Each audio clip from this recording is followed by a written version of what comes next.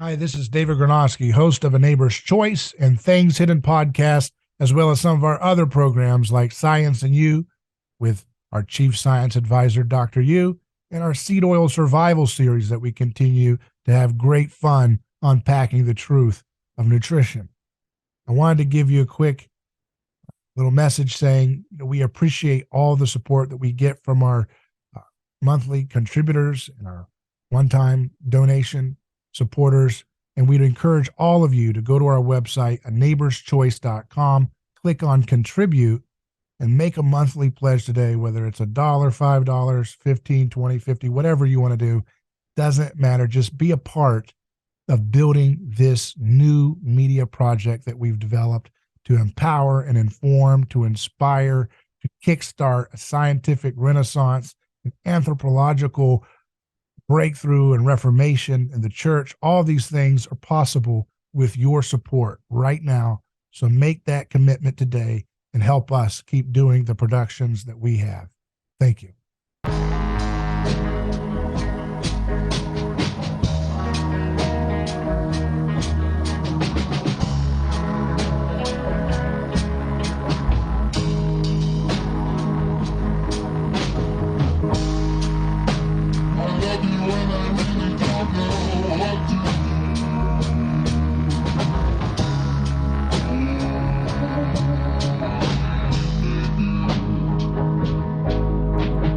Well, today we have a Things Hidden podcast topic that I think is very timely. It's something that a lot of people are debating and discussing, which is the origins of feminism and the history of the women's movement. And to do a discussion on this, I have a guest who has been making this her big mission to explore the history of these movements. It's Rachel Wilson. How you doing? I'm great. How are you? Doing great. And tell us a little bit about your background. How did you get interested in this topic? Did you study like women's movement, women's liberation in school, or where was your interest in this? No, I did not. So I am not like a college educated academic. I'm just an autodidact, I guess you would say. I'm a mother of 5. I homeschool my own children. And I grew up in a household with a radical Marxist feminist mother and a kind of like a conservative Rush Limbaugh dad. Which to no one's surprise, that did not last. My parents divorced when I was 9, so I kind of grew up with this like 2 opposing worldviews with each parent. And so as I grew Each up, week it was Rush Limbaugh on radio during the weekday, and then what? Meet the Press on Sunday, or what was it? What was the dichotomy there? Well, when I was younger, my mom didn't do, a ton of media because there wasn't as much like purely left-wing social media. That's later. Like once we got to the 2000s, then my mom was like big into CNN, MSNBC, all those kind of things. She's like a huge Rachel Maddow fan, that kind of thing. But when I was younger, it was mostly reading. My mom's actually really smart and she read all the time. So our coffee table would be stacked with books all the time. And my dad was more of the nightly news and radio, like conservative radio guy. So yeah, I got both worldviews all the time growing up, and it was kind of for me just like looking at both and trying to figure out how can they be so completely opposite, and is one correct? Is it somewhere in the middle? Just kind of trying to figure that out. But it was really having my own kids that made me start looking at feminism, because I had my first daughter when I was 20, and I went to do what we all do now, which is drop her off at a daycare and go back to work shortly after she was born. And I remember driving her and just thinking, how is this like what we do? Why am I bringing my child to a different random lady and paying her half of what I make to do what I should be doing? Because you're not an expert. You're not an expert. You don't have a certificate to be able to raise a child. I mean, you need a certificate to like own an alligator in your backyard. You have to have a special license, right? You need to have a license, right? Yeah, exactly. And it was, so I thought, this is so inefficient. It's so ridiculous. Like, how is this the system? And this is what we all do? Like, this just seems so bizarre to me.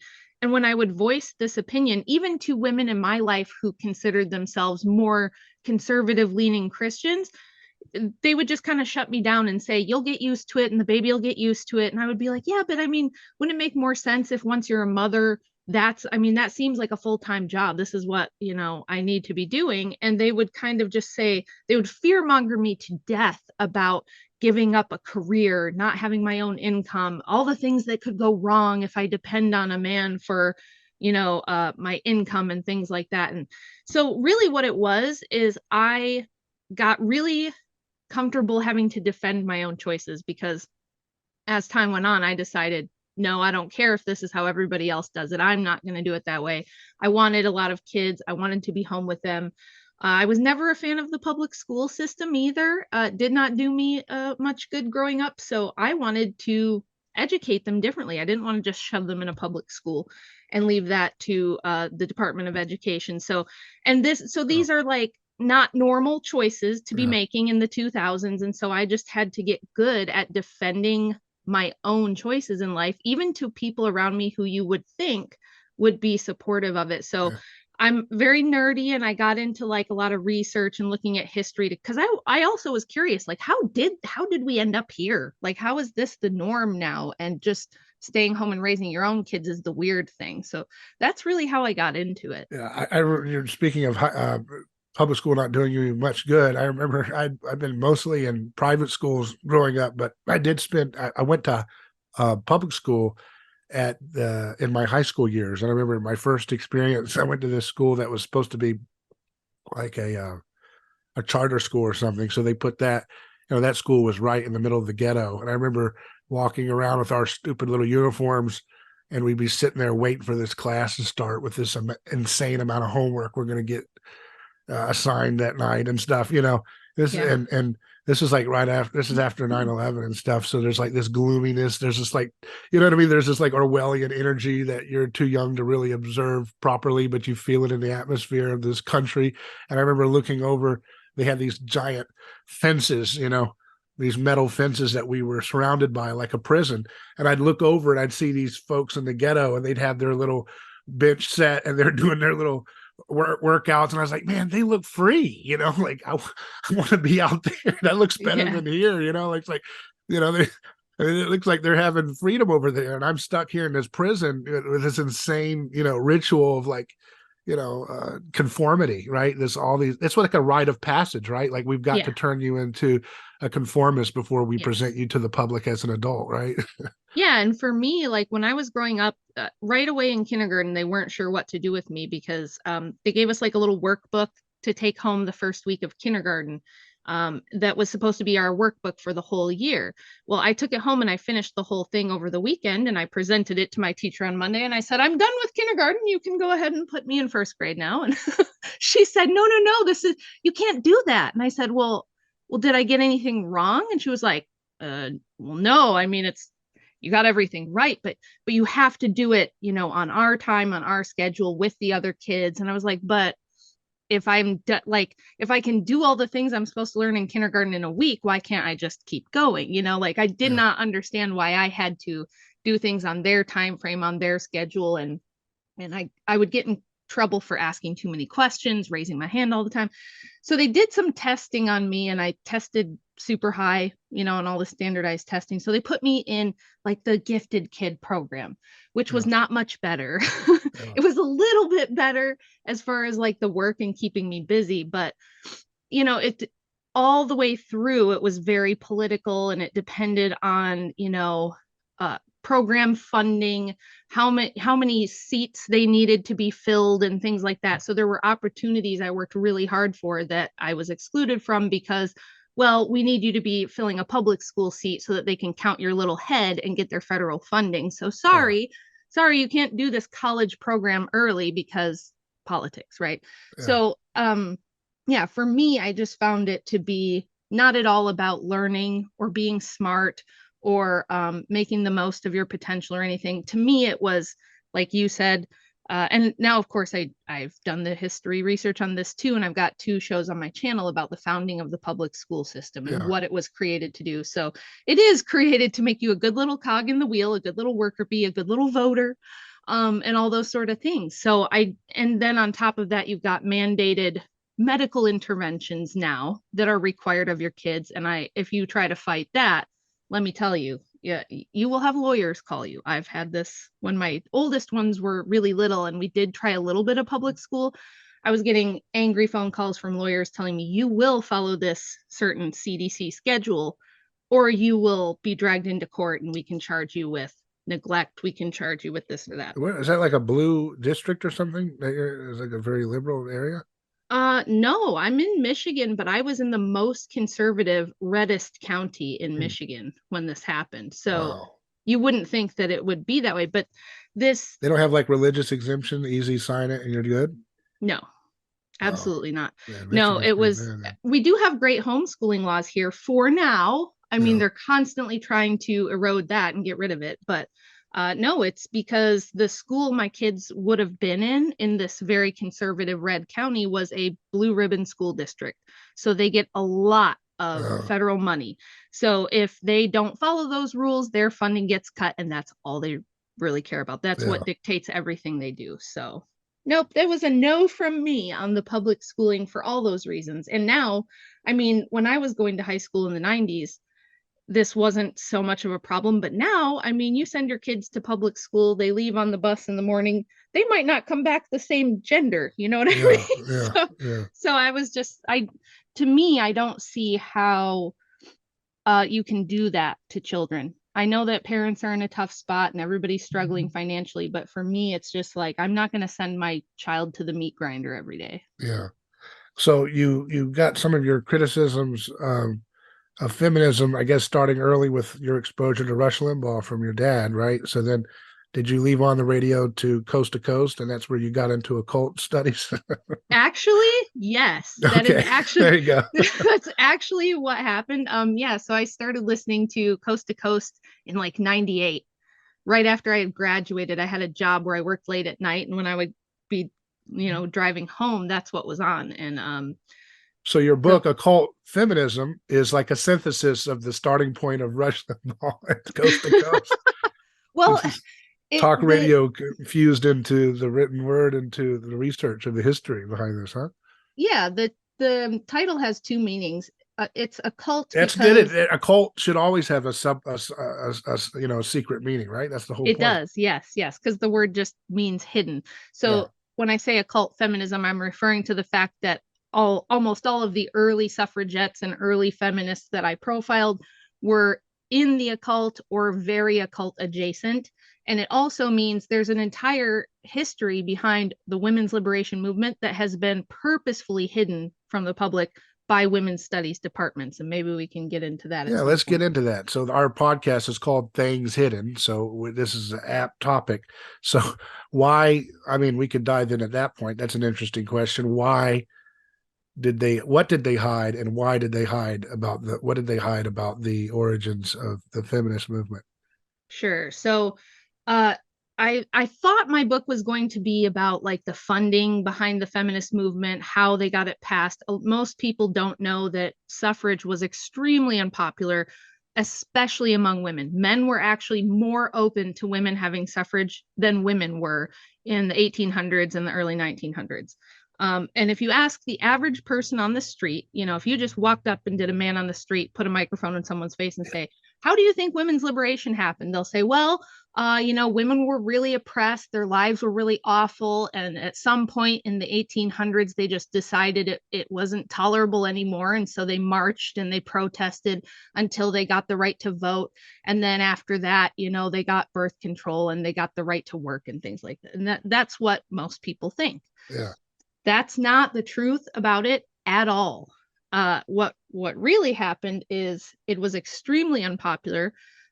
First of all, we should make a note that suffrage didn't happen how most people in the West think it did. They just have this presumption that, we got rid of monarchies and then all the men could vote. That's completely untrue. The vast majority of men could not vote in America or in England or Australia until much further down the road after, the revolutionary period. So up until 10 years before women got the vote, most men in Britain couldn't vote either. So men only got universal suffrage there about 10 years before women did.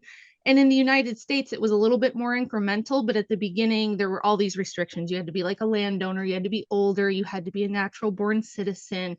And then depending on the state, there might be more restrictions on who could vote. And incrementally, more and more men got the right to vote, especially after the Civil War. That's when kind of most men got the right to vote. Not all men. Black men couldn't, a lot of, people who immigrated, things like that couldn't vote either, even if they were men or landowners. So women's suffrage was not that far behind men having universal suffrage. That's one thing. And then people might be surprised to know that you'll hear about these suffrage groups like the Susan B. Anthony and Elizabeth Cady Stanton Women's Suffrage Association type organizations. There were several. They were wildly unpopular with the vast majority of American women.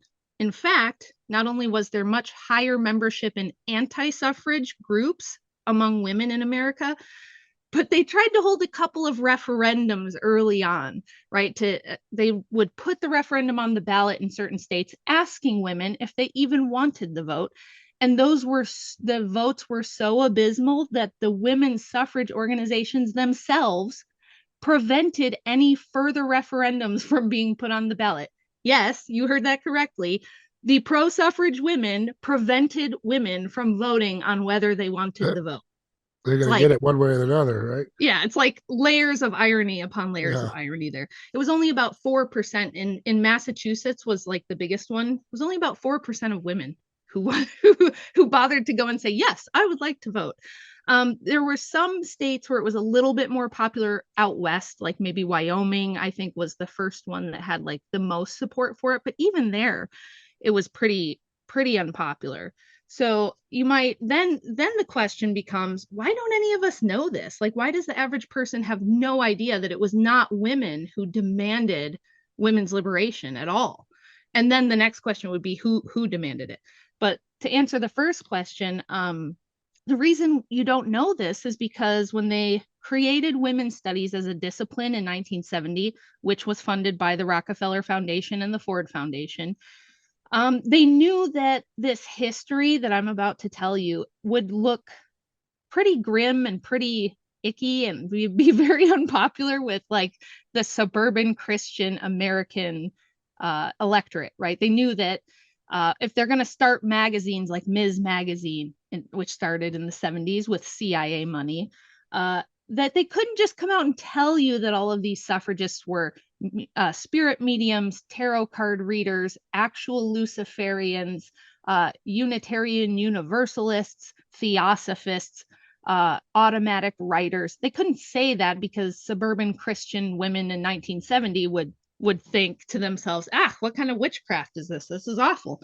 So they literally rewrote the history using something called standpoint theory, which was developed by Sandra Harding, who was an academic, a feminist, activist, Marxist academic, who was plucked by the Rockefellers kind of from obscurity because she had created this standpoint theory, and they loved it because it was this postmodern idea that, there's no such thing as objective history. We don't really have an objective set of facts or an objective timeline. It depends on the standpoint of the person observing the history. It depends on the standpoint of the person who is the most oppressed, because according to Harding, that person would have the most viewpoints from which to draw up their version of truth. So it's this idea that we're fighting now where there's no objective truth. It just depends on your personal point of view.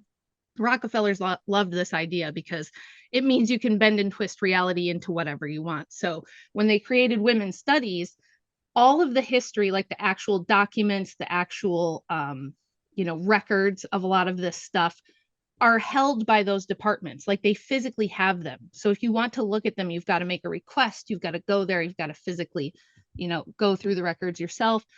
I was able to find a lot of it online, but some of it you can't even find online. So they literally actually have the history, and it's...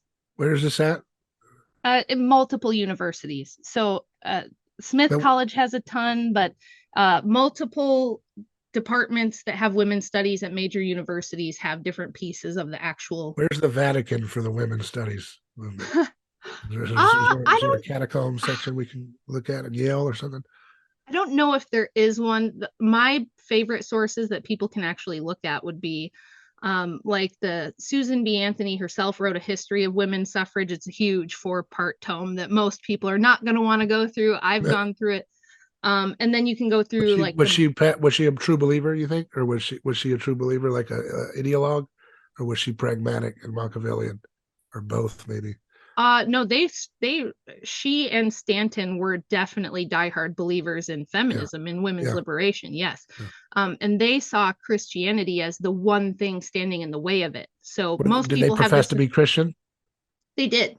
So this is where it gets a little tricky. They do profess to be Christian, but if you people may not know also that Elizabeth Cady Stanton and a couple dozen other feminist activists actually rewrote the Bible with using feminist theory in the 1890s. Okay, this is a long time ago, but you can still go to Amazon right now and buy The Woman's Bible by Elizabeth Cady Stanton.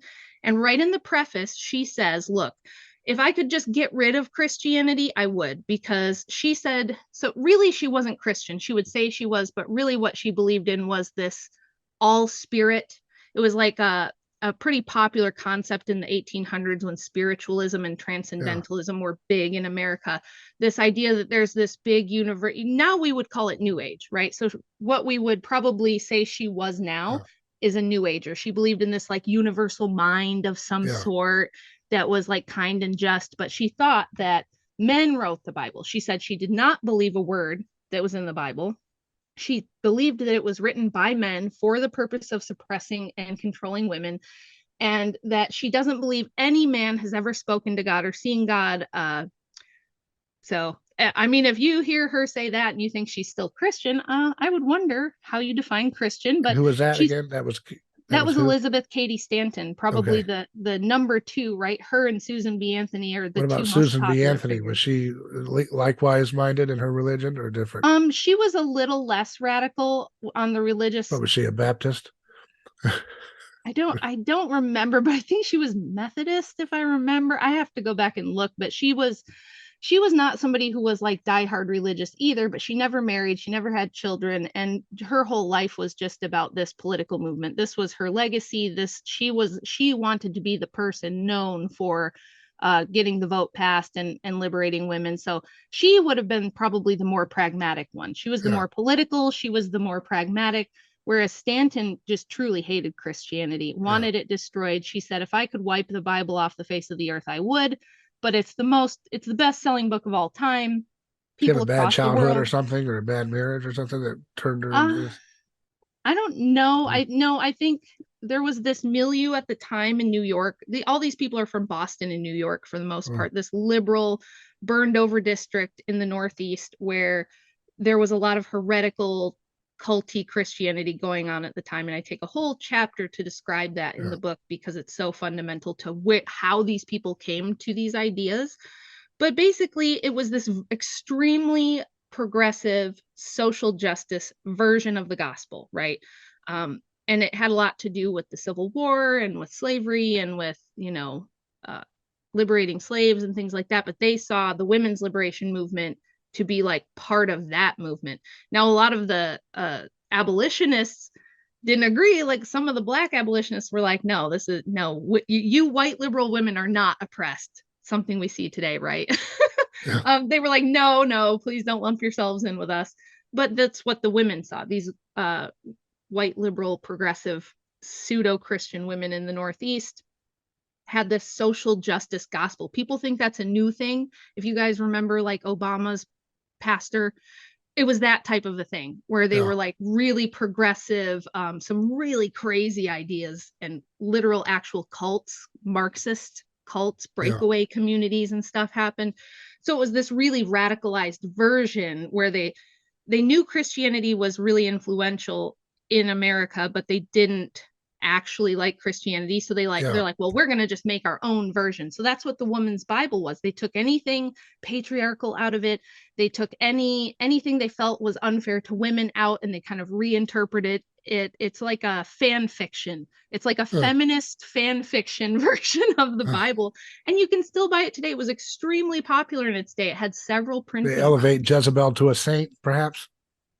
They probably didn't go that far, but it's pretty radical. It's a pretty radical rewrite of the actual Bible, yes. And if I looked at the women who were on the committee, right, they had I want to say 28 women, and one of the top people who helped rewrite the Bible was Matilda Joslyn Gage.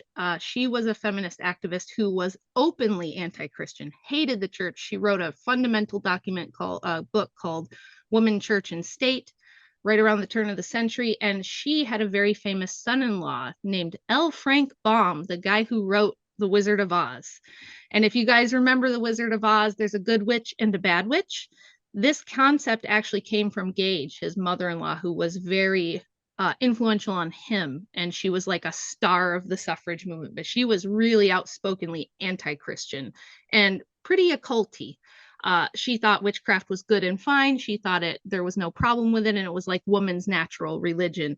So that's where this concept of the good witch actually came from, was her. And she was one of the chief editors on the committee to do the women's Bible. So, and then I detailed many of the others who were like radicals for their time, progressive universal Unitarians, lesbians, like open lesbians in the late 1800s. People think in the Victorian era this didn't exist, but it did. What about Laura Ingalls Wilder, Little House on the Prairie? Is she one of the suffragettes? I don't know. I would have to. I briefly read some stuff of hers when I was doing research, but I don't think there was anything that stood out to me on her for the purposes of my book, so I'm not sure. Yeah. But these women who rewrote the Bible were Universalists. They were New Agers, Transcendentalists, a lot of female ministers, which a lot of people might not know. There was a lot of female ministers in the late 1800s. So like a very progressive Christian rewrite, you would probably say. What do you think was the ferment that allowed this to bubble and get power, though? I mean, there's always, you can talk about the elites doing these things to people, but there's always got to be a receptive environment that makes this a fertile ground for this type of movement to take hold, right? I mean, it's not like people are just haplessly manipulated by the establishment forces. Well, that's the thing, is that this wasn't popular. It never was. It wasn't popular until decades after the vote passed. So even in 1920, when women could vote, very few women did vote. Women didn't really start heading to the polls until like around World War II. That's real. I mean, for decades, it was very unpopular. Birth control was extremely unpopular among women in the early days. These women were not well loved and well liked by the public. It did get forced, and the reason it got forced, this is like the second question I posed earlier, right? Like, if this was so unpopular, how did we get women's lib? How did we get the vote? Well, there were a small group of people who were these wealthy industrialists. This was a new thing in America. You've got this newish country with these wealthy industrialists like railroad tycoons and giants of industry and factory owners and things like that. You've got the Carnegie family, the Vanderbilt family, the Rockefellers, the Fords, all these big industrial golden age guys. And they were extremely influential in politics, and they had a lot of congressmen kind of in their back pocket. These were also like Yale skull and bonesmen type of guys. And the same little group, I have a whole chapter on this in the book as well, the same little group who got together at the Jekyll Island Club to write the Federal Reserve Act and also the income tax. They are the same guys who funded suffrage. They're the same ones that kind of picked the women that they wanted to push to the forefront and funded their travels and things like this. And then there was one of them, a really wealthy woman named Alva Vanderbilt Belmont. So first she married a Vanderbilt, divorced him. Then she married Oliver Hazard Perry Belmont, who was a Rothschild banker from a long line of Rothschild bankers. And he died shortly after they got married. So she got this huge double windfall of like wealth. She was probably the wealthiest woman around at that time. And she decided she was going to dedicate the rest of her life to funding suffrage and pushing it to the front. So she had all these wealthy elite banker connections. Again, the same kind of little club, this group of golden age industrialists who wanted this passed. Now, why did they want to kind of push this on America, even though The public wasn't behind it, and certainly women, it was the least popular with women. And if you look in my book at the reasons why the anti-suffrage women didn't want suffrage, it actually is quite brilliant. And one of the things I'm trying to do is bring their writings back. We never hear about them. They're never talked about. No one's familiar with any of them or any of these organizations. And they had really great arguments. There were even some debates that went on at the time between pro-suffrage and anti-suffrage women. And they said, we don't want to become just another partisan political lobbying group. Right now we have a moral high ground. So when we ask politicians, when we say we need clean water for our communities, or we want nicer parks, or we want safer streets, we want better labor regulations so that our husbands aren't getting maimed and killed at work. We have a lot of power and influence because we are not like just this partisan left, right, Republican, Democrat group. People actually listen to us and respect what we say. And we don't want to lose that. If we get the vote, we're just going to become yet another voting block, yet another lobbying group, right? And also they could foresee it was going to tear apart the family. They thought, why would we want two separate votes in one house? Like, this is going to cause terrible division in marriages and families. And they didn't want to be drafted. They didn't want to have to go to jury duty and hear the gruesome, grisly details of murders and rapes and things like that. And they quite rightly thought of politics as dirty business, as kind of, not what proper ladies would want to be involved in. And they had many more great points that you can read in the book, but the reason that's why they didn't want it. And the reason it was kind of pushed is because this wealthy industrialist families, they needed more cheap labor. They couldn't get enough immigrant labor at that time. They had some, but there were problems with it. If you've ever looked into like the railroad or factories around the late 1800s, it was rough. There was high casualty rates. There was a lot of people getting injured, and they needed like better labor, cheaper labor, things like this. And they also wanted, if they're going to pass an income not like tax, women were going to the railroads though, and the mines. So what? No, they weren't. Right. But that's why they wanted men for those kind of things. They needed a lot of men to be doing those things. So what they needed in factories was stuff that women could do, even children. I mean, that's why. Yeah, so they needed to shuffle some of the men folk out of the factories and into some of the worse, more hard labor jobs, and then do some of the rote factory jobs for women, right? Is that what? Yeah. Kind of the flow of the industrial thought there. Yeah. Yes, they did. And there was a lot of, you had to engage in a lot of heated political battle, especially at this time. You couldn't just open the southern border and flood the country with cheap labor. Nobody was going for that at the time. So it was this idea of, so think of the time frame we're talking about too. We're talking about World War I. We're talking about the passage of suffrage, but also the creation of the compulsory public school system. So these guys got a number of benefits out of suffrage. They got, women, they were hoping they would leave the homes. It took longer than they had hoped. They wanted women in the workforce en masse right away. They got a little bit of that with both world wars, but it really took until the 60s and 70s to really be able to push women out of the home and into the workforce. But that was, part of the plan and kind of what they wanted. And then if you get two incomes that you can tax instead of one, I mean, you've doubled the treasury overnight. You've doubled the income tax overnight.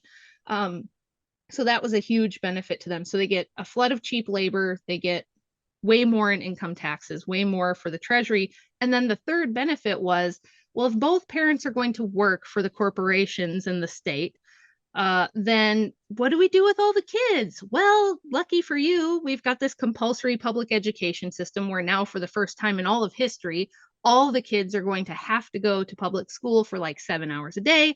And we have this Department of Education that's going to be responsible for grooming your children into the proper kind of citizens that we want.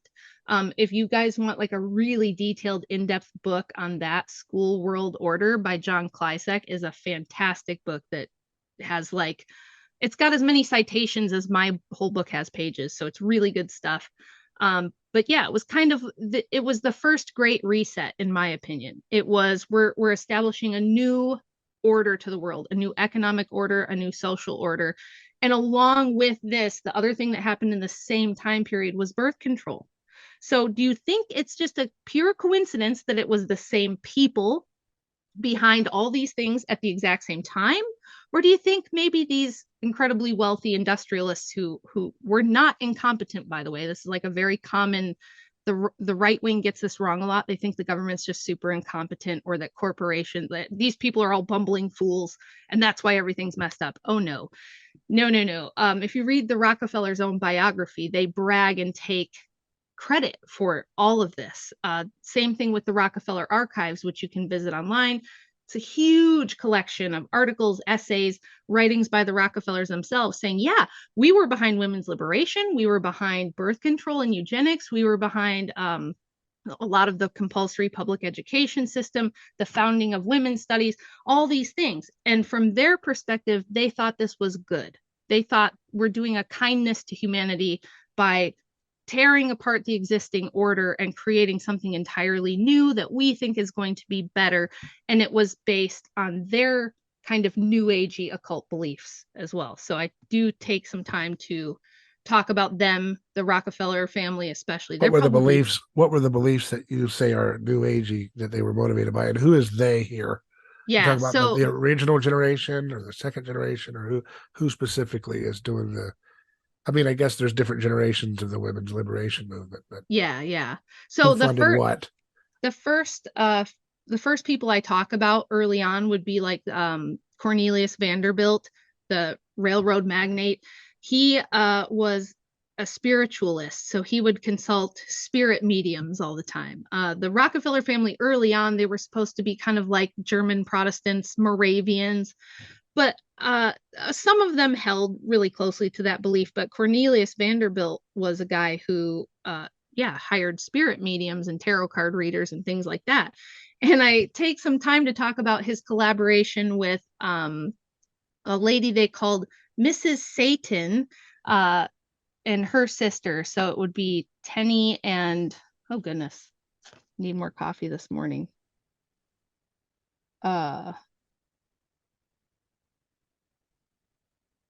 Sorry, just checking my notes here. Woodhall, that's who. Geez Louise. Victoria Woodhall, Mrs. Satan. She was probably the first really radical woman that was pushed to the front in around the time of the Civil War. She was actually the first woman to run for president. Wait a second. Why would, if they're trying to do a good PR campaign, why they put someone named Mr. Satan, Mrs. Satan? Was that the nickname from her opponents? The press nicknamed her that. Yes, and she very good PR skills there. Yeah, it's kind of like now, where if you can get some really wild stuff in the press, everybody's going to pay attention. So any press is good press, right? So even bad press is good press. Because nobody, to be honest, we're coming out of this. She was like the John the Baptist radical of the movement here. She's just coming out wild and woolly haired and ready to shake it all up for the conversation started. She was an actual criminal. She was a snake oil salesman. She was wanted in several states for selling fake cancer cures and scamming dying people out of phony baloney Sounds cures. Like a precursor to the FDA, but go on. Yeah, don't get me started on that. This is kind of what she was known for. And she was also like a spirit medium, a fortune teller. And she said that she had a vision where the ghost of a long dead, Roman philosopher came to her in a dream and told her she needed to go to New York and find Cornelius Vanderbilt. I think it's more likely that she probably read that he was into spirit mediums and thought, that's my next grift. Yeah. So she did that. She went to New York and she found Vanderbilt, and she was a big free love advocate. She was for legalizing prostitution. She was for abolishing marriage. She thought that women should be able to just sleep with whoever, whenever, and that it should be no one's business and no judgment and all that sort of thing. So she found Vanderbilt and got connected and established in New York. And she had actually a prostitution ring where her ladies of the night would give her, like they were kind of a spy ring. They would sleep with these wealthy, Wall Street guys and then report back to her their secrets. And she would use this to like exploit them, get money from them and things like that. But what happened, the first big stock market crash around this time, she had gotten a tip from one of her, ladies of the night that there was going to be something big going on in the stock market. And this was 1869, I want to say. Yeah, 1869. Okay. It was the first big Wall Street crash. And so she tipped off Vanderbilt and let him know, gave him some insider trading information. So he made some really crazy moves with his stocks right like the day before this happened. And he made $1.3 million, roughly the equivalent of $26 million in today's money off of these tips that she gave him. And the press, who they kind of knew, like, what the heck? This guy just made $26 million and everybody else lost their ass, right? So they went to him and they said, Cornelius Vanderbilt, how did you do this? Like, how did you so brilliantly foresee what was about to happen? And he said, do as I do, consult the spirits. So he said, a psychic told me, but really it was that this lady masquerading as a psychic gave him insider trading information. Now, his deal with her, he gave her and her sister a bunch of money to start the first women-owned stock trading on the New York Stock Exchange. And they started a feminist newspaper as well with that money. It was the very first entity to publish the Communist Manifesto in English in America, was Victoria Woodhall's paper. So yeah. This is the kind of stuff that people don't know, because women's studies departments know that if you say, a lot of these women who were at the forefront of suffrage were free love advocates, they had spy rings filled with prostitutes, and they helped, Vanderbilt do insider trading, and they were scamming cancer patients on fake cures. Like, clearly this is not the golden, beautiful grassroots movement stuff we've all been told. It makes the women's lib movement look bad. So that's why they suppress they never want to show they don't want to show that they were birthed, that their origins comes connected to the elitist, capitalist. Of course, that's the worst thing you can do. Oh yeah. It's just like these Antifa kids today that are always trust fund billionaires kids. They don't want to talk about where they got their money to be able to play around and throw bricks at people all day, get out of jail the next minute. So what about Carnegie? Was he involved in this too? He was more of an ancillary character earlier on. The Carnegie Mellon Foundation later invests a lot of money in social justice stuff, including feminism. It was really the Rockefellers who picked it up next, because what happened with Vanderbilt Belmont, that woman I explained about, funding the initial suffrage movement, and then Cornelius Vanderbilt promoting some of these women. The Rockefeller Foundation takes over in the early 1900s, and they start, if you guys don't know, they're extremely connected to eugenics. In fact, they were at that time, they were open eugenicists. They had the Bureau for Social Hygiene, and they felt that there was this prevailing idea in the early 20th century that now that we know about Darwinism and evolution, it's our duty to steer the evolution of the human race, right? Well, we would be neglectful if we didn't intentionally use science and technology to steer evolution in the direction we want it to go. This is where you get a lot of bad ideas in the first half of the 20th century about creating an Übermensch and racial cleansing and getting rid of people who have even the slightest little thing wrong with them. From your research, is it true? I've heard it said that a lot of the German Nazis were influenced by these groups in America, right? Yeah. Oh, absolutely. The Rockefeller family was not just influential, they funded them. In the book, I talk about this. So they found Margaret Sanger. She was like a very unknown Marxist. She was just a nurse who had joined the New York one of the New York Marxism groups and started becoming a political activist shortly after getting married and having a couple of kids. And because she made her had stand been out. Well, what made her stand out is she claimed to have been a nurse, and she was a big advocate for birth control and family planning. And before they even pushed her to the forefront, this was her big thing.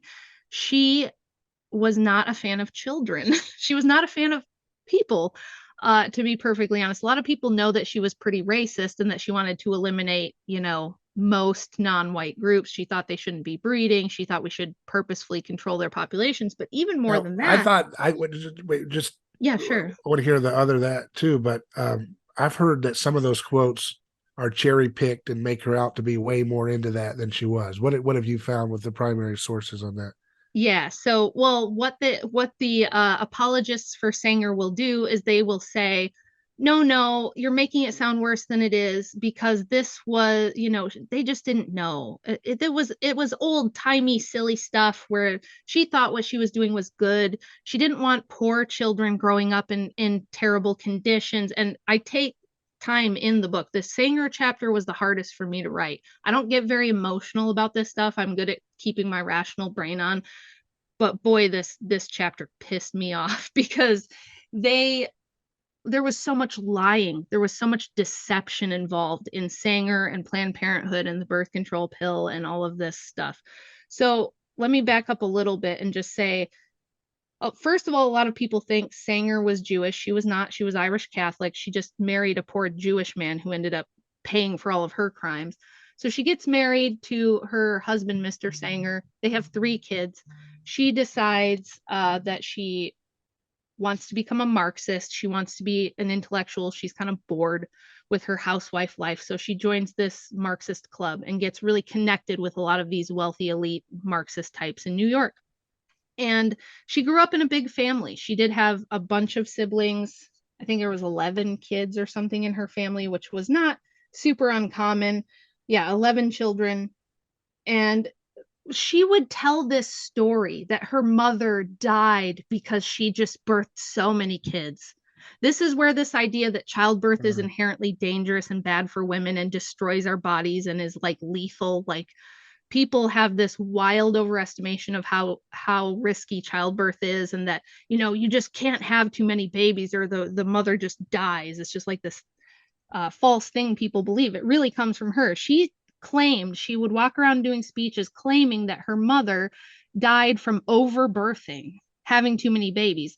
Not true at all.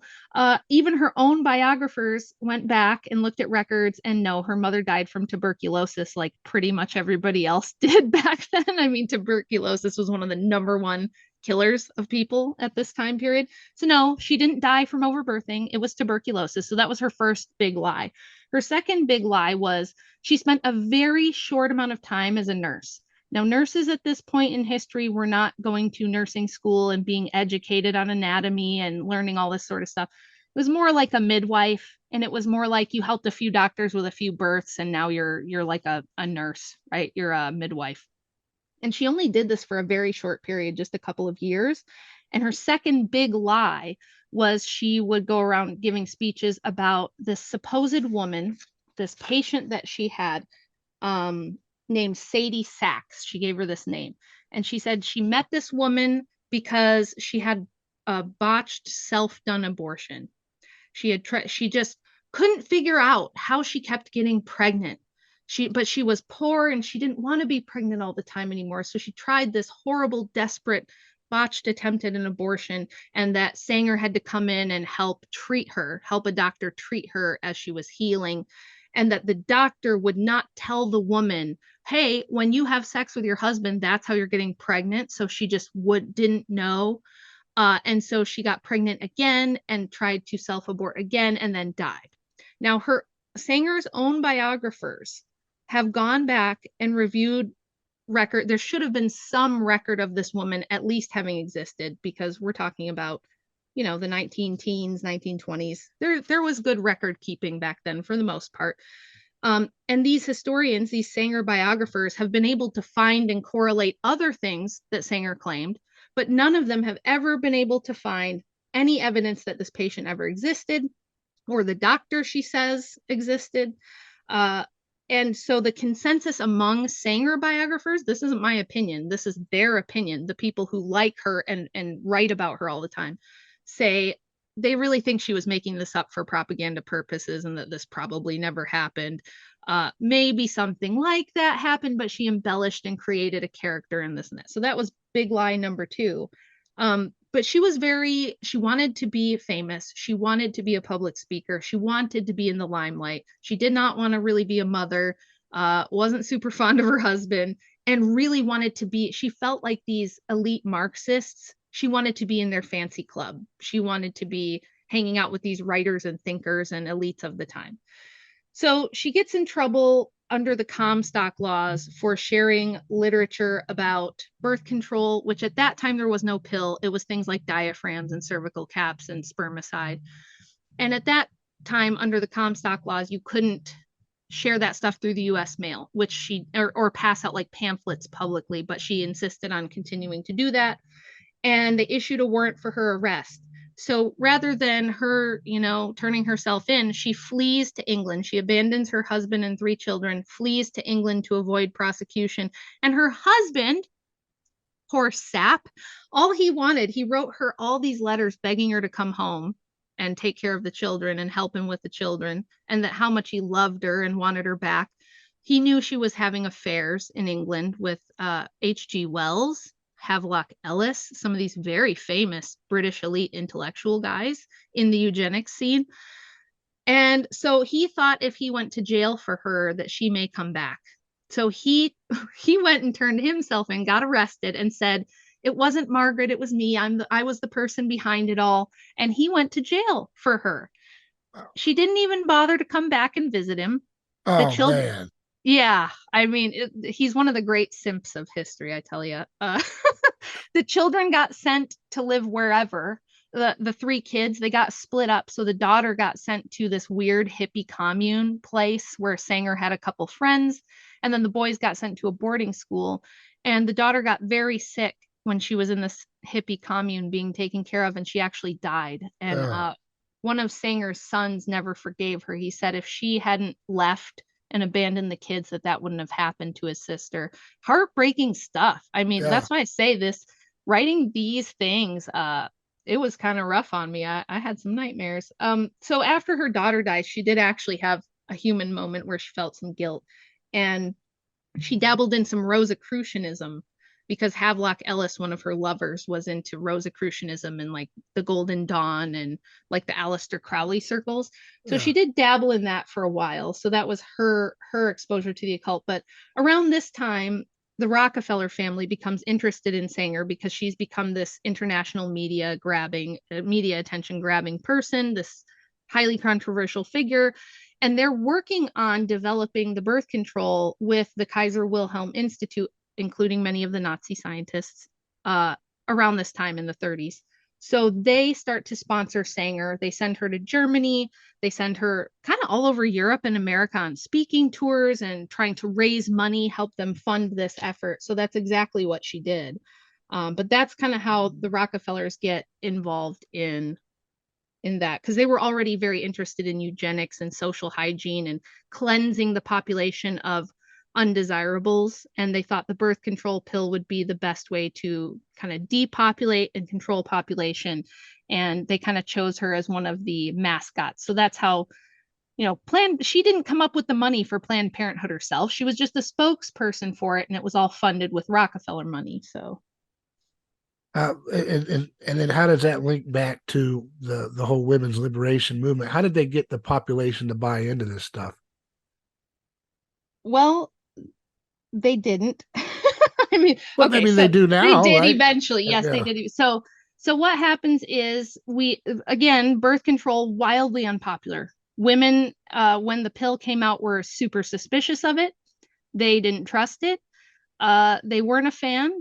A lot of women at the time said, look, if you take away motherhood, that's like one of the things that gives us the most value, especially to men. It gives us the best chance at getting good husbands and having security and happiness and prosperity. We want families. Why would we want to do this? So I take some more time in the book to detail the lies that were told by Planned Parenthood, things that they've admitted to now. None of this is my speculation. All of this is cited. You can go to the original material and check for yourself to make sure I'm not a crazy crackpot lady who's making wild jumps or assumptions here. But the reason that the way that they got people on board with it really had a lot to do with World War II. And then we have this big baby boom after World War II. And you see the Malthusians have been around a couple hundred years, but after World War II, there was this big, a lot of nations needed to recover their birth rate. So there was this big baby boom. And then in the 60s, you see Paul Ehrlich and some of these depopulation guys, the big propaganda scare about overpopulation goes into hyper overdrive. There's going to be too many people. If there's too many people, there won't be enough food, which is not how it works at all. The bigger populations are, and the more advanced they become, the better technology they have to grow more food and to logistically get the food to where it needs to go. So actually, growing populations helped innovation and technology and reduced starvation.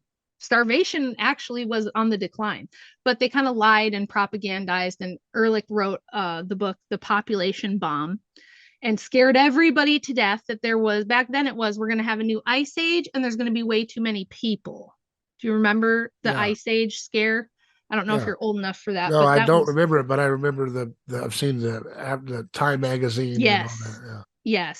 So they scare everybody to death about overpopulation, and they say, look, everybody's got to start taking birth control because we just can't have this many people.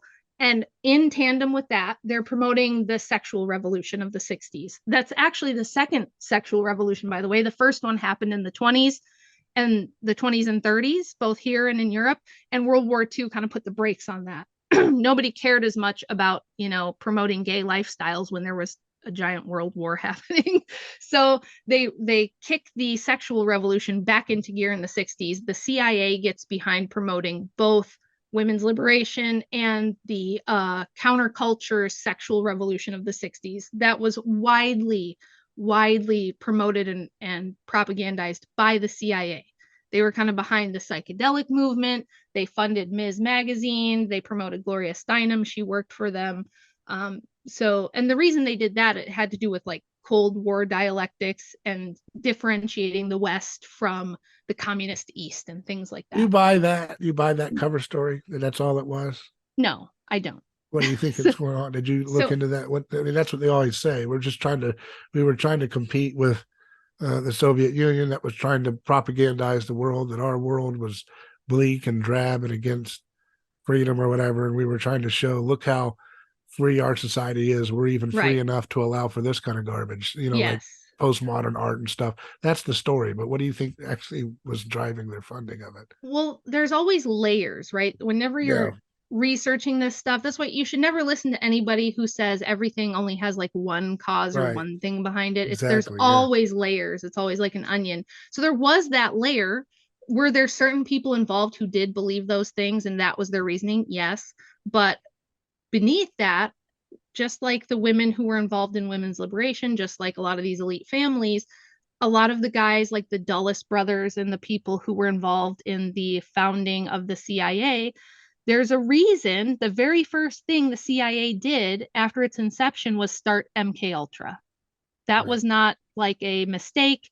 And I've done a ton of work on MK Ultra, and it was about learning. And this is something that starts way back, way before World War II. I would say MK Ultra actually started maybe in the 1920s. I've got a 3-part series on my YouTube channel about the founding of psychology and psychiatry as fields, which once again, the Rockefeller family takes most of the credit for that. And it was founded as a way to control public opinion and public sentiment, to influence and propagandize the public. So these people that we're talking about, they're all in the same big club. They spend a lot of time together. All these intellectuals share ideas. It's just like now. Right now, we've got like the World Economic Forum and these other big steering groups. And these people are extremely wealthy. They think that they're special and they are uniquely qualified to guide humanity in the direction they think it should go. And their belief system is one that the differences among people are the things that cause conflict and war and misery and suffering. They have a very Gnostic, occultic view of the world and of humanity, that we have to overcome human nature. We have to overcome biology. We have to eradicate. And this is something else that people don't know. Early feminists in the 17 and 1800s, like Margaret Fuller and Mary Wollstonecraft and Flora Tristan, were writing in the early 1800s about gender abolition. about transgenderism, about sex and gender as a spectrum, and that we, in order to ever have world peace, we have to get rid of these differences. So we have to eradicate religions as they exist and create a one world religion. We have to get rid of kingdoms, move to nation states. Then once we have nation states, we get rid of those and we have something like the UN, the League of Nations, we get a one world government, and then we get rid of borders entirely. Right. We That's have to, that's one of the reasons, not to go too off topic, but yeah, one of the reasons why nationalism is not the end all be all, because it's just a step towards empire and globalism. yes, You know, it's yes, not just this kind of obsession with some Christians wanting, oh, that's our secret. We got to get to nationalism. That's our golden ticket. It's like, not really. I mean, no, I guess having a nation state is preferable to a one world government, but it's not in any way the end. It's not the destination we should be fixated on, you know? No, that was designed as like as an intermediary step. So Yeah. World War I was largely about getting rid of these, kingdoms, these empires that we had, like you had the Habsburg Empire and the Russian Empire and the British Empire. Kind of cleaning up the rest of the monarchs, right? Yes, getting rid of that, instituting nation states. There's a reason these people are always promoting democracy too, because democracy is basically just a shadow government, a front for a shadow government, which is exactly what we have.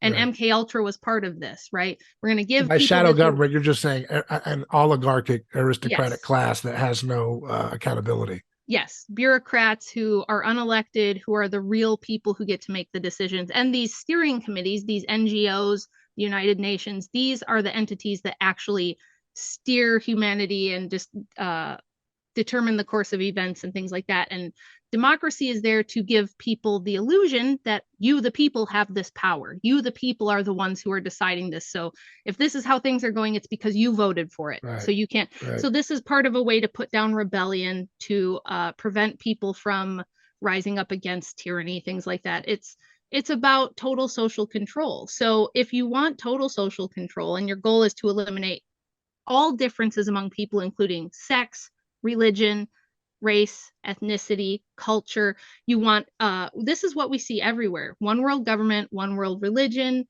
You see this global citizen stuff, right? Where it's like no one culture is any better than any other culture. They're all equally valid. And so we're just going to blend them all together so that everybody is this NPC character, this beige brown Right. NPC character, this genderless, nationless, rootless NPC that exists only to support this giant global structure. But these people believe that's how they're going to usher in peace, transhumanism, right? So once they accomplish this goal with the social revolutions and the political revolutions, the third and final step is to overcome biology, meaning upload your consciousness into the cloud, augment human beings to the point that they're more machine than they are human being, and everybody gets to live forever, and you no longer have human suffering or the human experience at all. This is kind of their religion. I know that sounds woo-woo and it sounds crazy and it sounds out there, but the reason all my source material is the writings of these people themselves is to show this. I know normal people hear this and they think this is just too crazy. It can't, people are hoping that it makes sense, that there's this concrete. That's why a lot of people say follow the money. And that's true to an extent. But these people who are global internationalist billionaires, they don't care about money. They know money is just printed willy-nilly. They care about control, influence, power, and resources. They don't really care about money. So when people see Bud Light puts Dylan Mulvaney on the can and they go, why would Bud Light do that? Think of all the money they're losing. Why would they? Because at a certain point, it's not about the money for them. It's more about full control. It's about pushing the agenda that's going to usher in this brand new inverted world order that they want. It is ideological to them. It is religious to them. It's not really about just money for them. Yeah. And there's you mentioned the origins of the psychology field and therapy culture. That's very important in affecting these changes, right? And getting these implemented is, especially after World War II. I like this article that Matthew Crawford, who's a journalist and author, he wrote for Unheard, talking about the the origins of the sexual revolution being a government psyop, and he talks about the different psychologists who especially came to power after World War II, brought in by the government to try to explain why bombers were having a hard time going over and over again, carpet bombing cities in Europe, and they were getting burnt out, and they were like, oh, that's defective. How do we make soldiers that have no moral defects in this way and can do, fire bombing without any remorse? And the psychologists at the time said, oh, it's because they've got sexual repression because of their middle class Christian upbringing and so forth, and we've got to get rid of that out of America, because if it's allowed to fester, it will turn into the next fascist Nazi state, right? And that becomes the rise where the priest and the pastor becomes replaced with the counselor and the psychologist. Even the evangelicals try to come up with their own, oh, well, we're Christian versions of it, but it's still just, basically riding on the foundation of something which was fundamentally against the church's influence and the shaping of families, right? Yes, exactly. There's all these ideas are much older than people think. Everybody thinks that the trans stuff is new, that the trying to move away from Christianity and paint it as this archaic Middle Eastern, bizarre, restrictive, oppressive force, these things.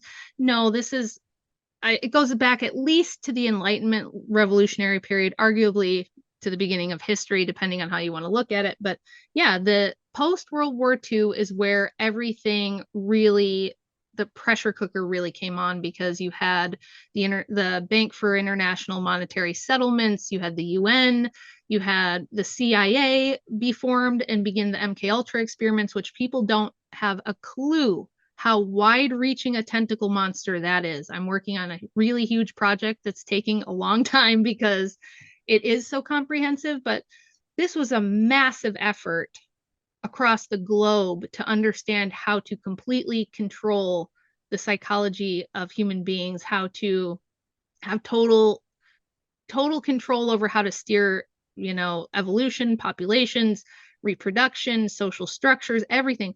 And feminism, the reason I focus on it so much is because there's no other revolution in all of human history, not even the Industrial Revolution. I would say the Industrial Revolution kind of enabled feminism. There's a reason why it didn't happen until after the Industrial Revolution, but feminism completely inverted the entire existing social order of humanity that had been for thousands of years in less than a century. That's incredible. People have no idea how much it affects everything about their daily life from the minute they open their eyes until they go to sleep. Everything you believe about how power works, about how things should be governed, about what daily life with a family should look like, just everything you kind of believe about your fundamental reality is affected by this idea that men and women are interchangeable widgets. They are totally equal. Women can do anything men can do. Toxic masculinity, all of these kinds of things. It's destroyed the family. The people who were in the anti-suffrage camp were extremely correct. And in all of their predictions, they predicted all these things. Marriage as an institution is practically meaningless now. The divorce rate's going down, but only because people aren't even bothering to get married anymore. If they do, the average marriage lasts something like 11 years, I want to say now. People don't even know what a woman is anymore. They don't believe in, not only in sex, but my husband and I, we debate a lot of people on these kind of things, and he goes on TikTok and debates a lot of these people. And it's incredible when you peer into the mind of these folks, because they don't even believe in biological sex anymore. So now gender, the whole idea that there's gender, that's kind of we're already past that. There's not even biological sex to these people. But isn't it really because it's like, most of these folks, the average persons are not really believing in this stuff. They believe in the social currency of saying you believe in these things, and they convince themselves that it's true so they can not be bothered by the cognitive dissonance, right? So it's like, they're just aspiring to have social status, right? They're aspiring to be, in the cool crowd or whatever. They want to be a part. And that's really what's driving this. They don't really, there's always, you believe in something as a post fact, after the fact, you want you want to be sinful, and then someone gives you an ideology that justifies it after the fact, and you're like, yeah, I believe in that, but you don't really believe in it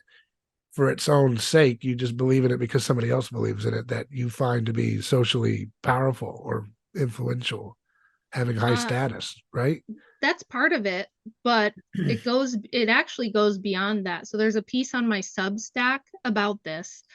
Again, most people don't know this, but one of the most popular and insidious categories of PORN is the transgender stuff. And what people don't know, there's actually something behind this. This is another thing that did not just organically come about. I started doing some research after I saw that in the beginning of 2020, when they shut everything down, Pornhub and several other of these major companies gave free PORN to people who were locked up in cruise ships, people who were on lockdown, months worth of free unlimited access. Now, you don't have to have a credit card to prove you're over 18. So the average child now accesses this on their cell phone or tablet or whatever for the first time at around the age of 10. And that number is going down each year. We've now got 5-year-olds watching this stuff. And there are programs. Probably the most popular one last time I researched a year ago is called Bambi Sleep. And this is a program that nobody knows who created it. The person or people behind it is anonymous. It has extremely high production value. It doesn't look homemade. It looks professional. And it is a complete system that uses a lot of MK Ultra style mind control stuff to help the person transition from male to female. So it uses binaural beats. It uses hypnotic suggestion. It uses a lot of like brainwashing techniques. There's audio tracks. Some of them are meant to be viewed along with the PORN stuff. And it is there to convince the person that they are transitioning. And there's like a huge Reddit thread. Now I know it's Reddit. Okay. I know it's Reddit, but there's hundreds of thousands of people who say that they've gone through this program, used this because they get into it through the trans porn stuff. And the way that pornography works is very similar to drugs. You need more and more stimulus the more of it you watch. You need crazier and wilder things for it to have the same effect. So they find these programs and use it for that purpose, and then they get like really hooked on it. And to suggestible people, this appears to be so effective that the people can't undo it. Most of the forums talking about it, some of them are people who are really happy with it and love their transition, and they're posting like before and after pics bragging about it. But most of the people are saying, I tried to stop this and I can't. I tried to undo the programming and I cannot. It's affecting my life. I lost my job. I can't function. What the hell is going on? And so I looked into these techniques that there's multiple of these programs. This is just the biggest one.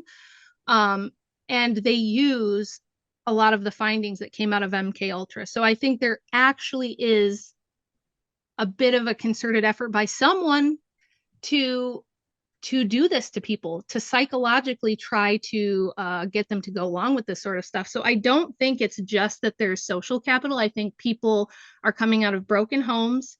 They're in school systems where they experience violence at a very early age. The public school systems now are extremely violent. You're more likely to be physically or sexually abused in a public school than anywhere else. They're about as bad as prisons, like the rates of abuse and stuff are just about on par with prisons.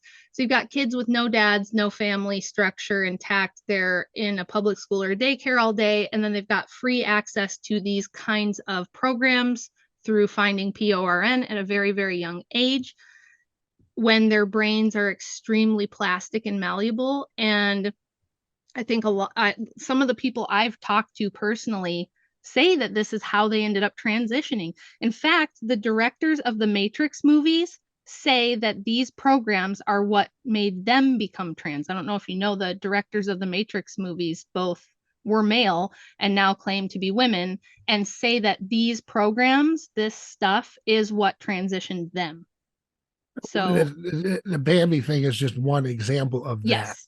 Yep. That's just, it's is that what's playing on the TikTok music 24/7? Is that sound or something? They're playing sounds or something that's making some people... of it. Yeah, I've seen it when I'm when I And this is there's like certain, living in Gitmo 24/7 now. You don't even know it. it's really, Hey, I think Obama promised to close Gitmo, and all we did is make the whole country Gitmo on TikTok. well, yeah, that's the thing about these programs. So when because people will say, well, MK Ultra ended, years ago. And I'm like, no, they That's don't how you know end it's still working. yeah, It was over. they don't end these things. They rename them and refund them. So like the British Margaret Sanger, her name was Marie Stopes. She was arguably worse than Sanger. Horrible woman. Oh God, Absolutely the horrible. British versions are always worse. It seems Yeah. like. Yeah. They did that with her foundation. It was called the Marie Stopes International. They went into Africa and sterilized a ton of African people and did awful things to like poor women in Britain. And when everybody started to think, hey, this eugenics sterilization stuff is probably not so cool. We maybe shouldn't just sterilize people because they're poor. That seems pretty messed up, right? Around the 70s, when this became uncool because of people finding out about atrocities in World War II and whatnot. They just renamed it. They sold it to someone else, and now the funding comes from somewhere else, and they continue doing the exact same things they were doing before. It's a really common pattern that I find. These programs and these things don't usually end, especially if they worked. And MK Ultra worked. But they will tell you, oh, they didn't really find anything. That is not true. We have incredible proof that these techniques do work and that they are used now on the public at large. It's not just one poor person that they're electrocuting over and over or feeding a bunch of LSD and then shocking them. These are techniques they found that they could use on the public. If you guys remember H.G. Wells' War of the Worlds broadcast in the 1930s that scared everybody to death. Orson Welles. Yeah. Orson Welles, yes, sorry. That was a test. There was an actual group behind that was testing what happens when because radio was the first mass psychology experiment, mass communications. So they were testing what happens when we do this. And the things they've learned out of these experiments and out of psychology and psychiatry have been used to manipulate the public, create entire false realities. They're really good at this. I have an article about wartime propaganda on my Substack, which shows exactly how they do this. And they do the same thing over and over and over with every conflict. It's the same pattern. They've got a template. So people just don't understand the extent to which they are manipulated, to the extent to which their beliefs don't actually come from them. They've been indoctrinated and propagandized to believe certain things about the world and about reality that they never question because they're normal folks that are trying to get to work and pay their bills and keep their life together. So all I'm trying to do is kind of dig into research and look at history and untangle some of this to kind of just give people some tools to understand. This is very good. It's very helpful. Yeah. So how much of this do you think is probably just an effect of, there's so many layers to this, but these ideologies are an effect of the media ecology of like what Marshall McLuhan talks about, how media shapes the human perception in ways and kind of extends different ratios of our senses, our sight, our audio, all these different things. Tactility talks about, and that these things are all kind of going into a blender when we get to this digital electronic age that he kind of glimpsed at early on, and that this kind of disembodiment that people are experiencing, it's not just the propaganda, it's the actual environment of this like hyper changing media environment that humans haven't been able to process, and it's creating these kind of mass like hallucinations, like I feel disembodied, or I feel detached from my gender, and I you know what I mean, that kind of thing. How much of that is just a product of the media effects? Without getting into content, the actual so much of it. And I think feminism, again, is a really great example that can illustrate just how bad this is. So I will have women that come across my work, and for some of them, there are people that know something is off. They have this sixth sense that like things are not right. Something is off here. They're a little suspicious of the ubiquitousness of social media and media in general. They've got this feeling something's not right. And those people, when they come across my work, are usually like, I knew it. Okay, this explains a lot. Okay, this is incredible.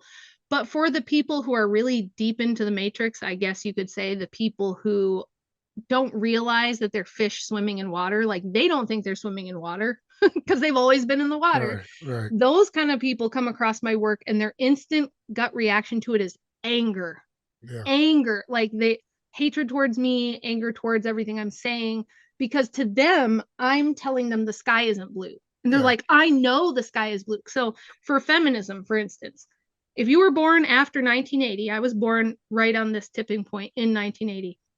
But if you were born after that, you have never known a world that wasn't feminist. You grew up as a young girl, and even boys, of course, but let's just take the girls. You grew up as a young girl being told from the time you were a toddler, I mean, the children's cartoons, the kids programming, that women are superheroes. They are strong and independent and can do everything just like boys do. And not only do they not need a man, but almost to have a man or trust a man or anything like that is just like, that's what weak people with Stockholm syndrome who want to be slaves do. This message starts when they are literally like infant toddlers. Right. Then they get a little bit older, and it's in like the Barbie movie. Great example, right? The message of Barbie to little girls. They have Barbie. Then they get a little older to those preteen and teenage years, and they've got Beyonce, they've got Taylor Swift, they've got all the pop stars that are popular right now. My daughters are younger, so they know about people that I don't even know about. But name a pop star, name a famous pop star woman who doesn't have the strong, independent, sexually liberated woman message. I'll wait. They all do. It's like a prerequisite. You don't get to be in the industry unless you're pushing that. Same thing with the actresses. Same thing with movies. Hollywood, the influence of Hollywood is Jay Dyer and Jamie Hanshaw do incredible work on this, about how saturated Hollywood is in the culture and pushing this message. I've done tons of movie reviews with them and with PSYOP Cinema about all of the movie messaging and how hardcore the feminist messaging is pushed in it. And it's so common now that people don't even notice it. It's just how the world's always been to them. They think it's always been like, this is of course the default setting. The default setting is don't you dare question, women. They are strong. They don't need men. Men suck. And if you want to get married and stay home with kids, you're a loser. You're stupid. You love being a slave. To submit to your husband is like disgusting and horrible. Like they just have this, it creates like a really strong gut reaction from women when I say things like, yes, my husband leads the family. I've had my most viral tweets have been just me saying, my husband doesn't do the housework. I do the housework. You would think that that would be something no one would even know or notice or care about. But 500,000 to 1 million views later, women are losing their mind. And I'm like, do you not see that this is your knee-jerk reaction? It's the programming speaking. It's not you. You're not using your brain. Because if you were single, you would clean your house and you would see no problem with that. But once you're married, it's like, oh, don't you expect me to clean the house because that's slavery and you don't own me.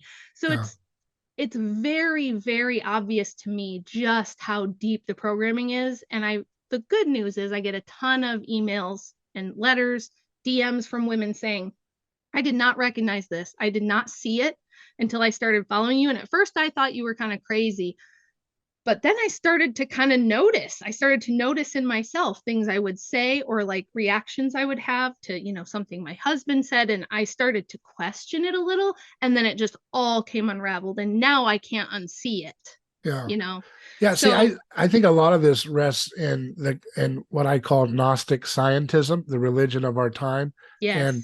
And so Gnosticism and scientism are this weird mix because scientism, it kind of becomes ascendant with a few different things. In the Enlightenment, you can always go there.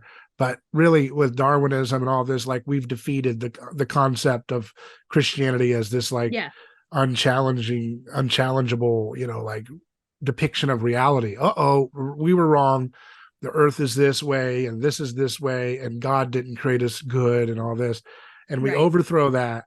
And then we create the scientism where we're going to try to like shape the world through this elite cabal of priests that we call scientists who are going to engineer the world the right way. But it's weird because it starts off with this materialist worldview, like, oh my goodness, there's nothing but matter and it's all dead, empty atoms.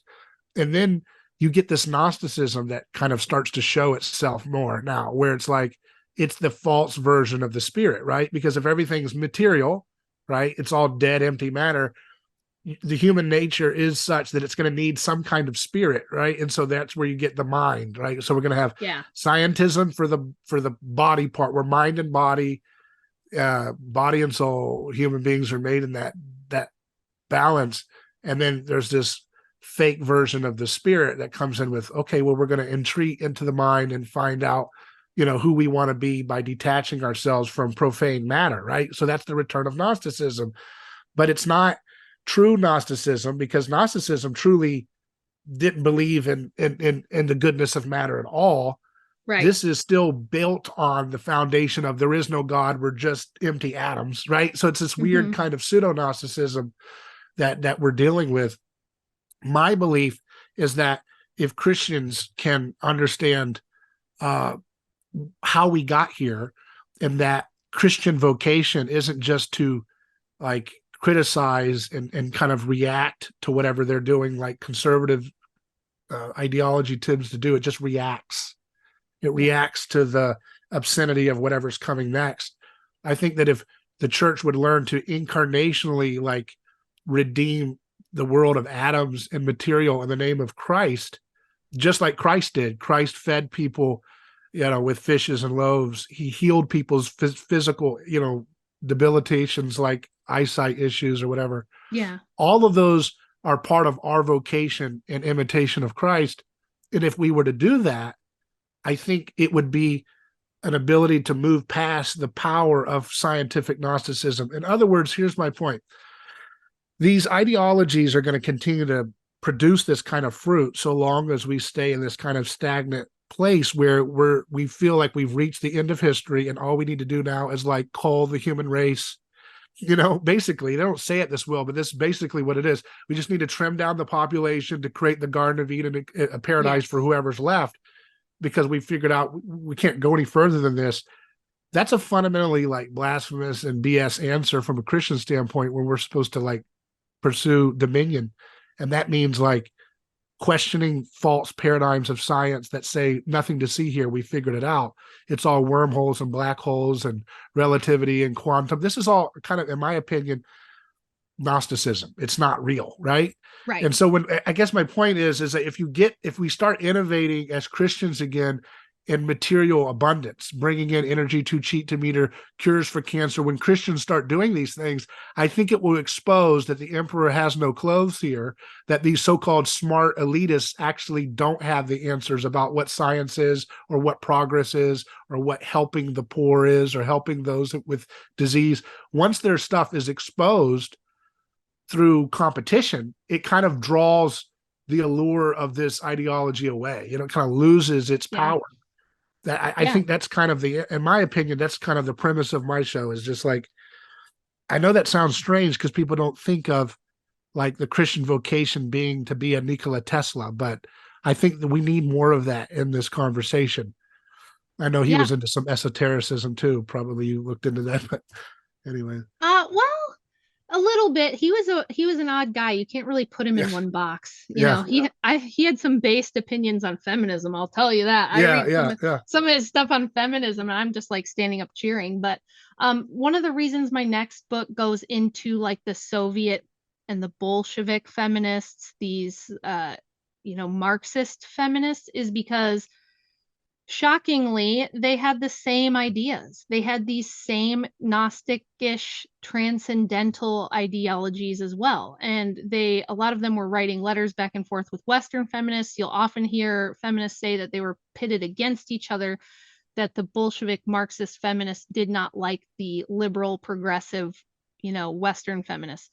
It's kind of true, but if you know that like a lot of the Bolsheviks were actually funded by Wall Street tycoons, it was the same thing with the feminists. And so it was the same kind of people, the same elites pulling the strings on both sides. It's just that they were testing different options of how do we do this, and kind of that Hegelian dialectic thing, the left-right dialectic of like, we can push feminism on the to the liberals this way, and we can push it to the Marxists this way, to the capitalists one way, and to the communists another way. But two of their really premier thinkers, one who I'm trying to revive her because I think the world needs to know about her because she was so horrible.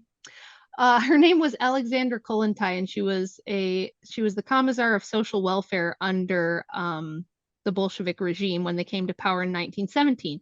She was the first to make abortion not only legal, but paid for by the state in state hospitals, no strings attached, up until, there was no limits at all. And she wrote, that was catastrophic, by the way. Stalin had to reverse this policy because by the time he came to power, there were 3 abortions in Russia for every 1 live birth, which is, catastrophic, and it's going to end your country fast. So he reversed that for obvious reasons, not because he disagreed with the ideology, but out of practicality, because he could see World War II ramping up, and he was like, this is bad, we need people. But Kollontai wrote extensively. She wrote a lot, and I've read almost all her stuff at this point. And she's kind of central to my book because she's a person who claimed to be an atheist, but had these same transcendental Gnostic underpinnings. And I don't know if she didn't realize it or if she was just hiding it because the official position of Bolshevism was you had to be atheist. You know what I mean? A lot of the Bolsheviks were actually into the occult while saying publicly they were atheists. So I think she was probably in that camp. And she wrote a piece called Soon, and it's about her foreseeing the world in 1970. She wrote this in like 1920. So 50 years from when she's writing it, she's imagining a world where the history has all but been erased, and that the young children, she refers to herself as the grandmother in the story. It's like a little fiction story about Christmas time in Russia, 50 years after the Bolshevik Revolution. She is the character of Red Grandmother talking to these children, and the children don't know about money. They don't know about private property. They don't know about families, mothers and dads. They don't know what those things are. And the history has pretty much been erased, but Red Grandmother is getting nostalgic at Christmas time and wants to tell the children the stories of the glorious revolution. And so she's explaining how you used to have a mommy and daddy. You used to have this stuff called money. You used to have countries and nations. And now we have this glorious world, this utopia, where there is no private property, no money. Nobody has mommies and daddies because human beings don't own each other anymore. The state owns you, but the state has become not Mother Russia, not, whatever your nation state is. The state has become this global commune, right? So we do everything for the global commune. We don't have allegiance to family. We don't have allegiance to country. We don't believe in God. We believe only in the global commune. Yeah.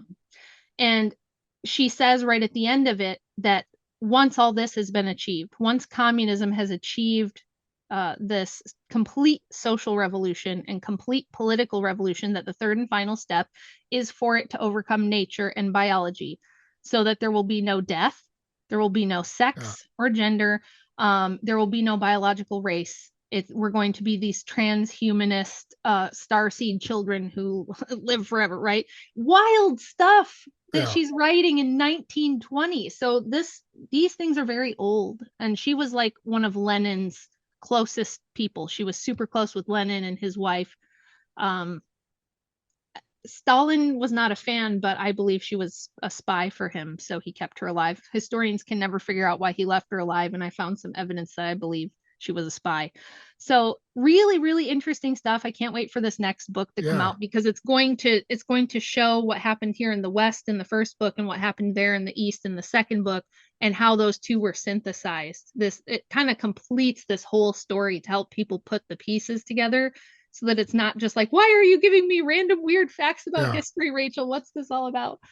So it's kind of the story, right? That's how things work. That's how everything works. It all seems like it's in like rivalrous competition to Christ, because in the Gospels it talks about Christ reigning until he has made his enemies a footstool, and the enemies in other ways are listed to be classically sin, the devil, and death. The last enemy to be defeated is death, the Bible says. So it's like they're in this rivalrous global bride that they're trying to create that like competes with Christ's project on earth. And it's like, oh, we'll solve our version of sin faster than you can solve your version of sin, Christ. And we'll solve our version of the devil and the structures of evil better than you can stop that. And we'll defeat death before you can defeat death. And it's like this kind of, historic, this is the story of history, as these like the Christ versus the Antichrist here, it sounds like. Yeah, exactly. That's exactly what it is. And for Kollontai, she thought Lenin was the Christ figure.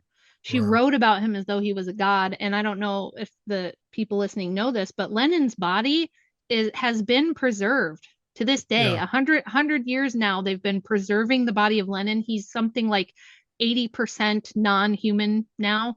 A lot of the skin grafting and plastic surgery techniques came out of the efforts to preserve his body. It's partially paid for by the Russian government and partially paid for by some really wealthy Russian aristocrats who have like devoted a lot of money and really high level scientists to this. And they still believe, there's still like a pretty big cult of Lenin Bolsheviks who believe that Lenin will be resurrected. He will come back and he will restore this perfect communist order to the world. So yes, it's exactly it's an antichrist figure. I do cite in my book a really fantastic professor out of Sweden who wrote his PhD thesis, which is a book you can buy on Amazon called Satanic Feminism, and he's a Satanist himself.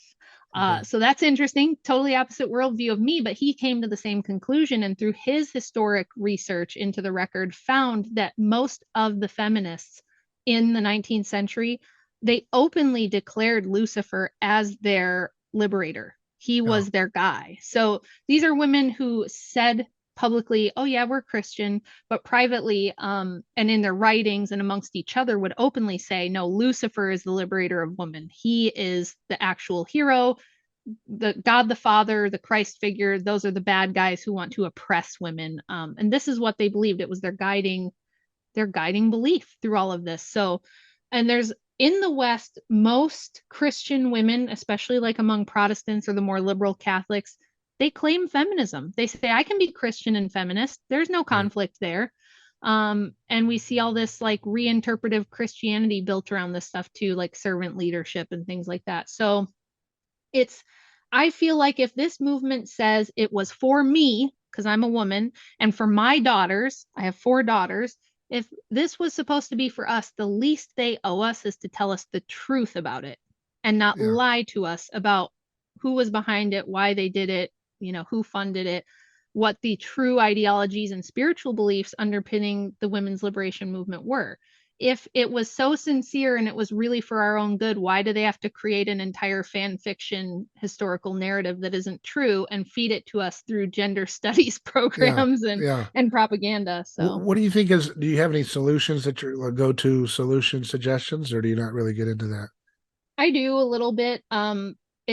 It's tough because if you are Christian, that we're always going to be struggling against the powers and principalities of this world. We don't necessarily like just win the battle. However, that doesn't mean we shouldn't try, and that doesn't mean we can't have, as there have been times throughout Christianity where we were kind of the dominant force and we did set a lot of things right, and we did create, kingdoms and societies that were more righteous in God's eyes. So we can do that, and we should do that. And I think there's a couple big keys, I would say. One is women do have this innate drive for motherhood, and we do actually love men. It's just beaten out of us from the time we are infants, as I said before. And I have found through a few years of doing this work now and talking about these things that I get so many messages from women saying, I always wanted to be a mom and have a family. That's been my dream. But I didn't feel like it was acceptable to say. From the time we're 5 years old, people go, what do you want to be when you grow up? And you have to say what? You have to say, I want to be a scientist or an engineer or an astronaut, because that's what the teachers or the grown-ups want to hear. They want to hear the young girls say, I'm going to go get a college education and have a career because that's what smart, good girls do. And motherhood has been like denigrated. It's been turned into this like, oh, well, if you can't hack it in the career world and you're too lazy to do anything with your life, I guess you could be a stay-at-home mom, loser. This is what I faced, because being in gifted programs all the time, when I had a child and said, I want to be a mother, everyone around, this was why I got so much pushback. It was like, but you're so talented and you're so smart and you should be doing something with your life. And I'm like, wait, why would you not want the smart, talented women having a bunch of kids and raising them? Why would you not want that? Like, that seems totally like a smart idea to me. But no, it was like the social clout is around women having a degree and making money and proving they can do everything a man can do. And when you take that pressure off women, when you tell them it's okay, and not only is it okay, but it's pretty cool. Like, I'm trying to make this cool again. It's cool for you to want to raise your own children and dedicate your time and efforts to your own family. You're creating the next generation. That's really important business. Like, nothing you do as a lawyer or even a doctor is going to compare to the impact and the ripple effect you're going to have if you have a bunch of kids and you raise them really well. There is nothing more meaningful you can do to create a legacy for yourself than that. So I'm a big champion of motherhood. I'm an unabashed pronatalist, and I think we should stop trying to train women's instincts out of them and let them be mothers. Yeah. Let them be mothers, and not only make that okay, but make it desirable again, make it something that we revere and how does hold that fit, though, practically speaking, in the here and now? With, I've seen you interact with H. Pearl Davis's critique on getting married, right? Yeah. And she's saying this is a raw deal. This is not the marriage contract as we were told marriage was supposed to be. This is something different now.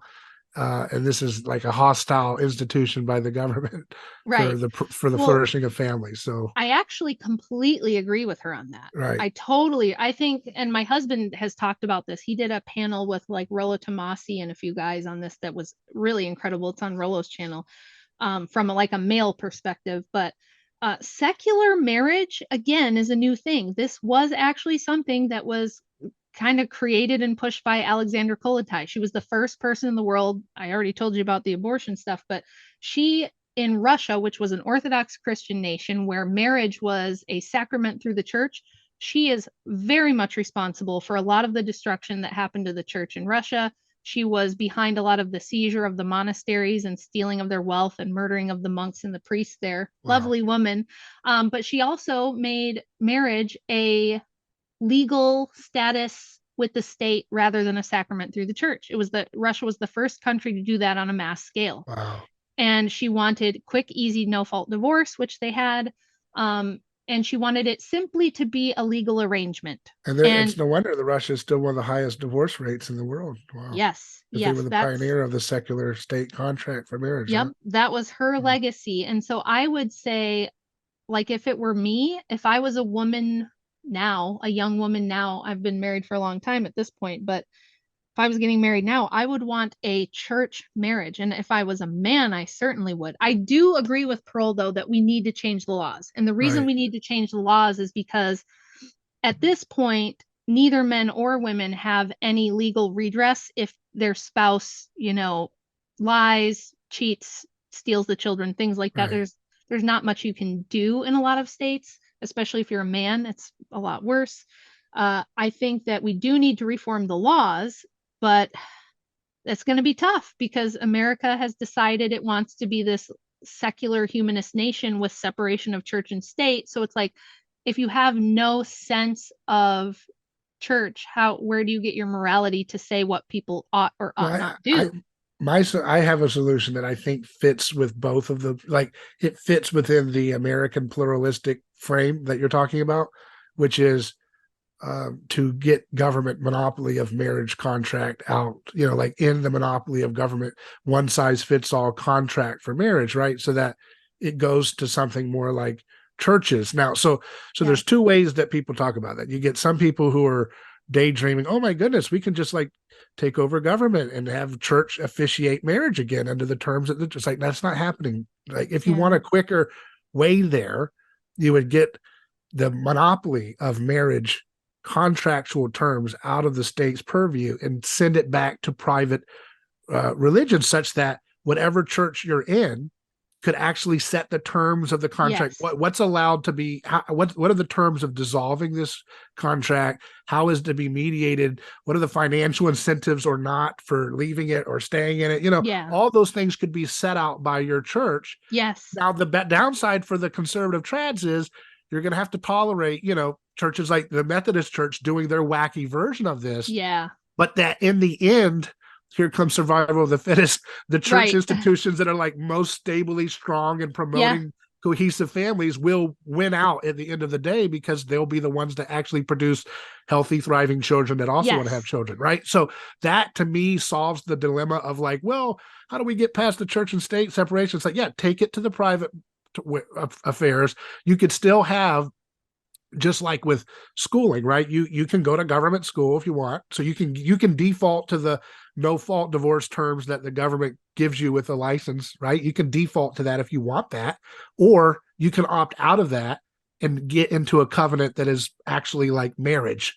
Yes. And then the only thing the courts would do at that point is to interpret the contract as it is written. Just like if you have a dispute over a matter, so well, what were your terms? Were you supposed to be paid 30 days out or 60 days out? Here we go. You know, so it's just resolved based on the church's terms. So I think that would be, in my opinion, the most likely scenario for getting reform in marriage law accomplished, you know? Yeah, that's exactly almost verbatim what my husband argues. He had the exact same, that's his same position on that. That's exactly what he says. And he agreed with you. He said, look, all these churches that have lesbian bishops and, you know, all this ultra progressive pseudo Christianity, people who want stable families won't go to them anymore. They'll go to churches that do have, like you said, a better structure in place to create stable families. Right. And my husband talks all the time about, you know, birth rate stuff. And there's this really bizarre thing that happens where people think that we are talking about like white nationalists talking. It's not that at all. We are Christians. We,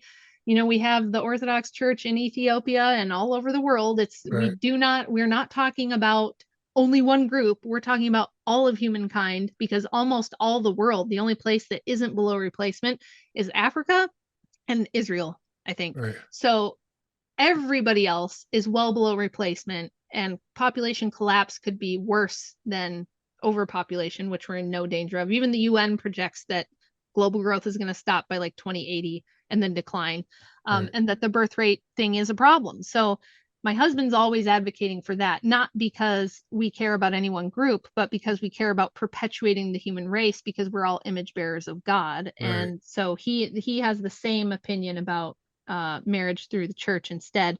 And I think that you know, Pearl doesn't get into the weeds on this philosophical stuff as much as we do, but I've been on her show a few times, and I talked to her quite a bit, and she agrees with us. She just doesn't know, with the state of most churches in the United States, like that was kind of her thing, was like, but so many of the churches are so woke. But it's just like anything. Most of the toothpaste is garbage or whatever. You know, you've got to get the brand or make it yourself. And it's like, at some point, you know, you can wish for some kind of like, you know, government come to Jesus moment, but that's not happening. More likely in America, you're going to have a pluralistic solution that's going to be, you know, it's going to allow for clowns to continue to be clowns. That's kind of how you have to let that Aikido move work itself out. You know what I mean? You have to allow fools to be fools, but you have to protect people who don't want to be fools, that they don't enter into contracts which are illegitimate, right? Because that's what we're doing to people. We're forcing young men to say, hey, why don't you sacrifice all of the, you know, all of your whatever, your freedom, your financial stuff for this contract, which is not, you know, a covenantal agreement as the church would consider it to be. So I really appreciate your time, and I want folks to know where they can find your work. What do you promote for people who want to stay involved with your discussions? Yeah, sure. I have a bunch of writing on my Substack. I've been working on a huge project that I'll be finished with at the end of the month, and then I'm going to be posting there a lot more often. That's rwilson.substack.com. And then you can find my book, Occult Feminism, The Secret History of Women's Liberation, on Amazon. And I also have a little YouTube channel. It's just Rachel Wilson on YouTube. Well, very good. And the book that we've been referencing today is called Occult Feminism, and that's available everywhere, or one site only, Amazon? Yeah, just on Amazon. Okay, very good. I appreciate your time. Thank you. Thank you so much for having me.